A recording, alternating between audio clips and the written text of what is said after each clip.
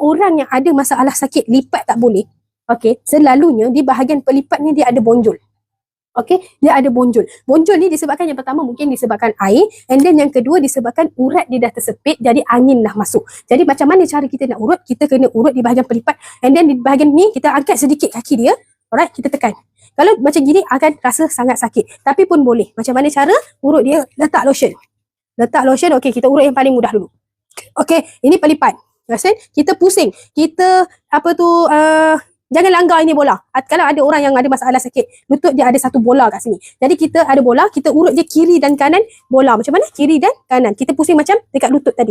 Okey, ni ada satu urat besar. Okey, kalau kita tekan sini sampai lutut depan rasa ni. Ni kalau ibaratkan ni macam contoh ni nampak kita punya amoy ni ada sedikit bola-bola. Jadi dia ada angin dekat bahagian sini. Tapi kalau dah urut, jangan risau. Okey, jadi jangan kita urut dekat sini kuat-kuat. Kita slow-slow. And then yang paling penting adalah point dia adalah kiri dan kanan. Kenapa kita nak urut kiri dan kanan? Sebab kiri dan kanan ni adalah urat memegang lutut kita di bahagian belakang. Okey, di bahagian pelipat. Kalau boleh 8 ke 10 kali. Okey, urut.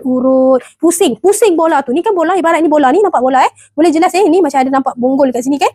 Kita urut dekat kiri dengan kanan dia. Kita urut, kita pusing dekat bola tu. InsyaAllah lepas kita urut dekat bahagian sini, dekat bahagian lutut depan tu tadi akan lebih rasa ringan. Akan rasa ringan sangat. Okey, lepas tu bila dah bahagian sini lembut, bila kita lipat pun dia akan rasa sangat lega. Okey, kita urut dekat sini. Kita punya point seterusnya adalah di bahagian peha belakang. Yang saya pegang ni adalah urat besar dia. Urat ni lah yang memegang lutut di bahagian belakang ataupun memegang bahagian pelipat.